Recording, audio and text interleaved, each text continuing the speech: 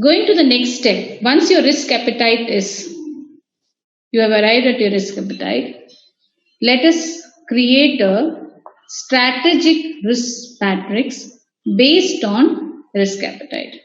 Now, as I said in the previous slide, we are going to use, we are going to be using the parameter, three parameters, that is reputational, financial, and operational. And we are moderate tolerant. We have considered us to be as to be moderate tolerant people or organization or entrepreneur. Based on that, I have put an example of a table and I've arrived at a scoring. What did we say? Operational expense less than 40% of the income earned is my risk appetite statement. So basically, we are saying that if I am at this score, I am at low risk. So what will happen if I have my score is operational expenses 40% to 50% of the income, which means I have crossed my appetite level, tolerance level. So I fall in medium risk. Next level is operational expenses more than 50% of the income is high risk. So you require to arrive at a scoring pattern of such kind. This can be done for our personal life also. We should sit with our family members and arrive at a statement or a strategic risk matrix of such kind, which will improve our bonding and also understanding between couples in handling financials. Also, your saving pattern will change. Now, what one has to do when they are in the category of medium risk? That is the point that they have to start analyzing why, when, what, where, and how basis, what if analysis basis. So that will come when we are doing we'll get into that when we are doing the risk assessment.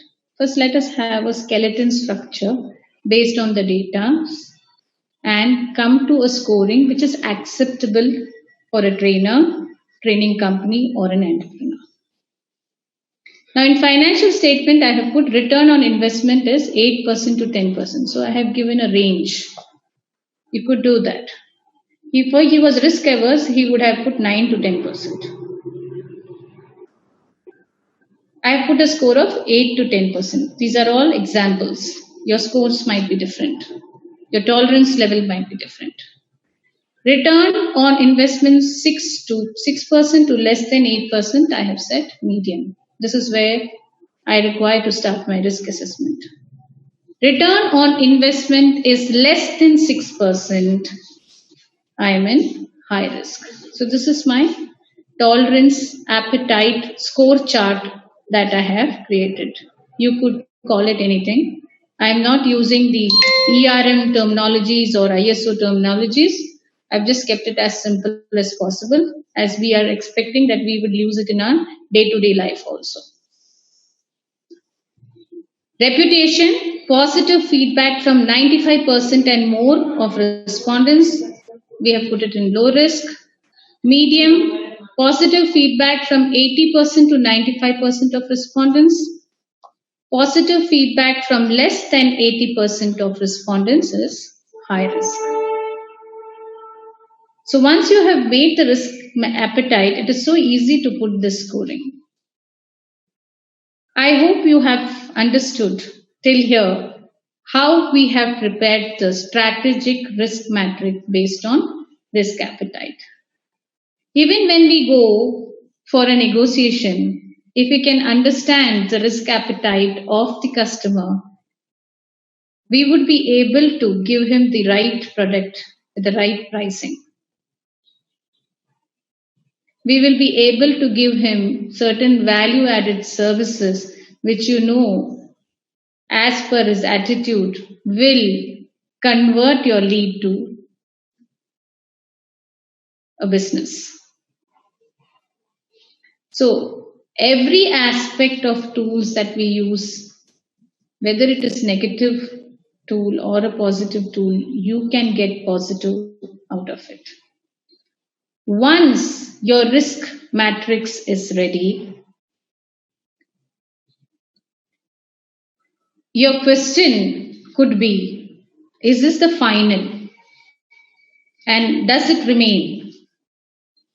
Does it have to remain the same? No. The first time that you do, it could be, or the last time you did, also it could be not accurate. Because, as I said, change is the only constant factor. So, what is the cycle, risk strategic cycle?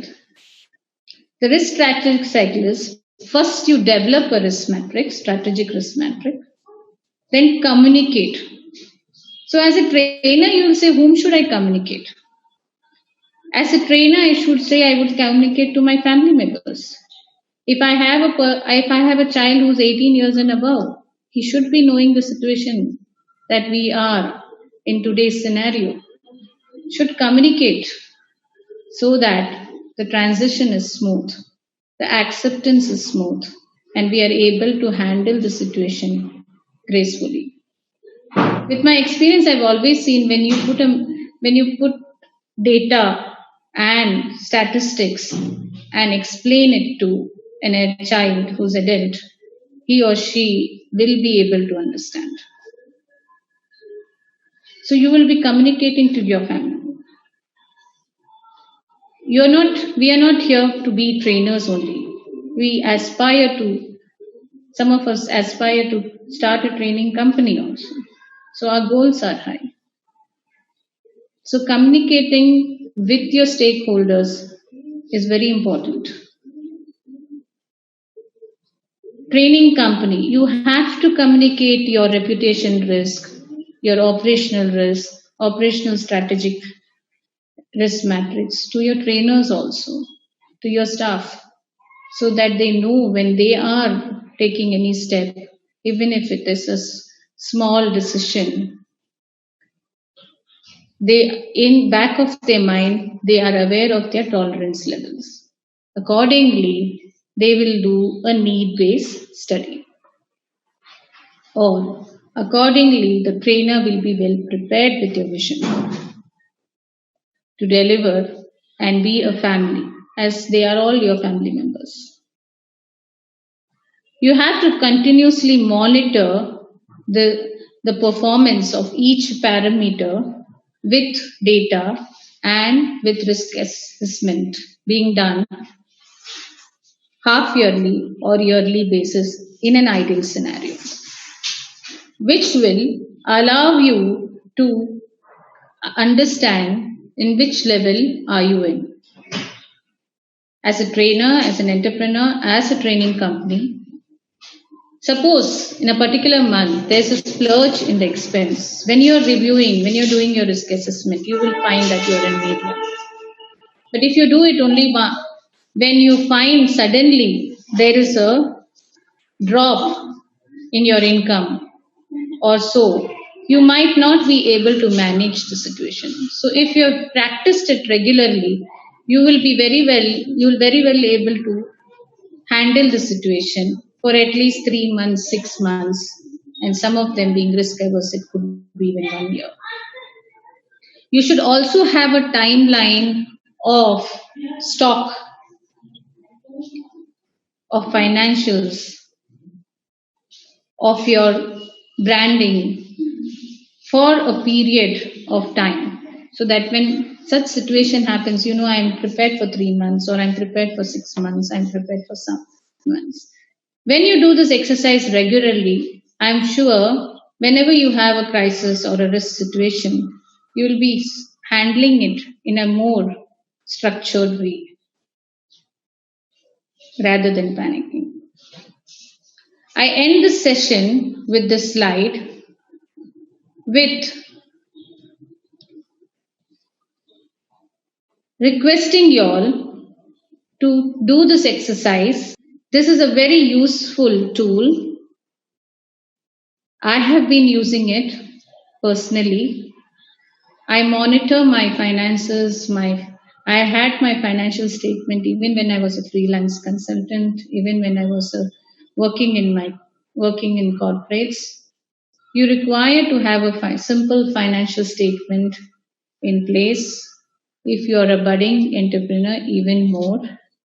If you are not able to do this exercise critically, please get a mentor. It is always nice to have a mentor who will give you a critical feedback based on your data on what should your strategic risk matrix be. If you are an individual, take help of a trainer who take help of experienced trainers. If you're an entrepreneur, take help of entrepreneurs who have been in the field, in your field for a long time. Or we do have communities with mentors where you can join in and share your experiences. So I leave you all to do this exercise. Try to do with your family members. It is actually fun. Thank you.